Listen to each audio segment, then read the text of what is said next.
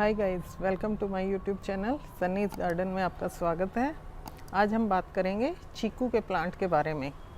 सर्दियों के मौसम में चीकू के पौधे की कैसे देखभाल करें और किस तरह से इसको डोरमेंसी पीरियड में, यानी कि ये ठंड का मौसम जो होता है इसके लिए थोड़ा सा नुकसानदायक होता है, तो किस तरह से इसको ठंड से बचाएं। चीकू का पौधा वैसे तो पूरे भारत में पाया जाता है, लेकिन मूल रूप से ये पौधा गर्म मौसम वाले जगहों पर इसको आसानी से हम उगा सकते हैं। वैसे तो ये एक इजी टू ग्रो प्लांट है, लेकिन फिर भी इसकी अच्छी देखभाल के लिए, अच्छे इसकी हेल्थ के लिए हमें इसको time to time rich potash वाली खाद देनी चाहिए। पोटाश और फास्फोरस से रिच खाद इसको देंगे तो ये अच्छे से ग्रोथ करेगा और अच्छी फ्रूटिंग करेगा। दोस्तों, एक बड़ा प्लांट बनता है तो मिट्टी में अगर हम डायरेक्ट इसको ग्राउंड में लगा रहे हैं तो कोई दिक्कत नहीं, लेकिन अगर पोट में हम लगाते हैं तो इसको एक बड़े पोट का सिलेक्शन करें ताकि इसको अच्छे से इसकी जड़ों को पोषण मिल सके और ये अच्छे से सरवाइव कर सके। अगर हमारी मिट्टी का पीएच लेवल 6 से 8 के बीच होगा तो हमारे प्लांट के लिए वो बहुत ज़्यादा अच्छा होगा।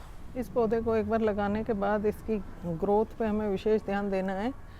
धीरे धीरे जितनी हमें हाइट चाहिए उतनी हाइट तक, कम से कम 3 फीट तक इसको हमें बढ़ाना है और नीचे से इसके तने को बिल्कुल क्लियर रखना है। नीचे कोई स्टेम नहीं निकलनी चाहिए, क्योंकि नीचे से इसका तना, जब इसका तना स्ट्रॉन्ग होगा तो ऊपर एक स्ट्रॉन्ग प्लांट इस पर बन सकेगा।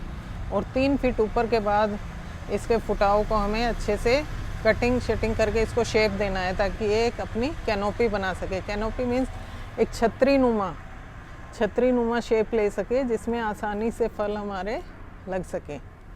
तो देखिए, नीचे 3 फीट तक मैंने इसको बिल्कुल क्लियर रखा है और उसके ऊपर से फिर इसको ये शेप दी है। और प्लांटों की तरह, जैसे और फ्रूट के प्लांट होते हैं, अमरूद है, अनार है, उनको टाइम टू टाइम कटिंग और प्रूनिंग की आवश्यकता होती है, लेकिन चीकू में ऐसा नहीं है। एक बार इसको शेप देने के बाद ये अपने आप इक्वली बढ़ता रहता है और फ्रूटिंग करता है। दूसरी चीज़, एक बार शेप लेने के बाद इस पेड़ को बहुत कम पानी की आवश्यकता होती है। गर्मियों में इसको अगर हमें किचन गार्डन में लगाया है या पोट में है तो शायद डेली पानी देना पड़ जाए, लेकिन विंटर में सप्ताह में एक बार भी पानी देंगे तो चलेगा। अब बात करते हैं इसके फ्रूटिंग की। चीकू के पौधे में साल में 2 बार फ्रूट आते हैं। एक बार हमारा आता है फरवरी और मार्च के महीने में, इसमें फ्लावरिंग आती है, और दूसरा सितंबर अक्टूबर में। तो साल में 2 बार ये फ्लावरिंग करता है और उसके बाद वो फ्रूट बनता है, धीरे धीरे फ्रूट में कन्वर्ट होता है और फ्रूट को पकने में लगभग 4 महीने का समय लग जाता है। मेरा सितंबर अक्टूबर में जो फ्लावरिंग हुई थी उनसे फ्रूटिंग बनना स्टार्ट हो गया है। अभी मेरा ये प्लांट 3 साल का है और धीरे धीरे इसमें अभी फ्लावरिंग भी चल रही है कंटिन्यू और फ्रूटिंग भी बन रही है। देखिए,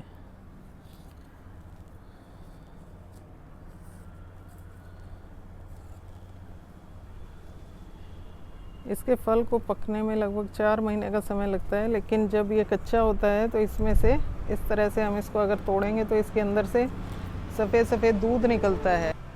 जैसे जैसे हमारा ये फ्रूट पकना शुरू करता है तो इसका वो दूध सूख जाता है और उसमें दूध निकलना बंद हो जाता है और ये हल्का भूरा और ऑरेंज कलर का हो जाता है, तो समझो हमारा फल पक चुका है। इसको अगर हम दबा के देखते हैं पकने पे तो ये थोड़ा सा हमें नरम मालूम पड़ेगा, थोड़ा सॉफ्ट हो जाएगा, तो इसका मतलब है कि हमारा फल पक चुका है, तब हम इसको तोड़ सकते हैं। कच्चे फलों को तोड़ने पर जो वाइट दूध सा निकलता है उसे लेटेक्स कहते हैं, जो कैविटी भरने के लिए, स्पेशली कैविटी, जो हमारे दांतों में कैविटी हो जाती है उसको फिल करने के काम आता है और इससे च्युइंगम भी बनाई जाती है। दोस्तों, ये दूध अगर हमारी स्किन पे लग जाए तो ये जलन पैदा कर सकता है। चीकू का फल बहुत ही स्वादिष्ट होता है और जल्दी पचने वाला होता है। यह एक गर्म तासीर का फल होता है। इसको खांसी और कफ के लिए बहुत ही उपयोगी माना गया है। चीकू के पौधे का फेवरेट सीज़न गर्मी और बरसात है। गर्मी में ये बहुत अच्छे से ग्रोथ करता है और बरसात के मौसम में भी काफ़ी अच्छे से सर्वाइव करता है, लेकिन सर्दियों का मौसम इसके लिए थोड़ा सा कष्टकारी होता है, क्योंकि इस समय ये डोरमेंसी में चला जाता है। डोरमेंसी में मतलब इसकी ग्रोथ रुक जाती है और इसके पत्ते धीरे धीरे करके, देखिए जैसे अभी ये येलो हो रहे हैं, धीरे धीरे करके ये अपने पुराने पत्तों को गिरा देता है। वैसे तो गर्मी और बारिश का मौसम इसके लिए सबसे फेवरेट मौसम होता है, लेकिन सर्दी के मौसम में भी ये चल जाता है, लेकिन इसको थोड़ी सी अधिक पाला पड़ने वाली जब सर्दी आती है उस वक्त इसको थोड़ी दिक्कत होती है। ये अपने पत्ते गिराने शुरू कर देता है सारे के सारे नहीं गिरते, लेकिन कुछ पत्तियां जो पुरानी पत्तियां हैं वो गिरा देता है।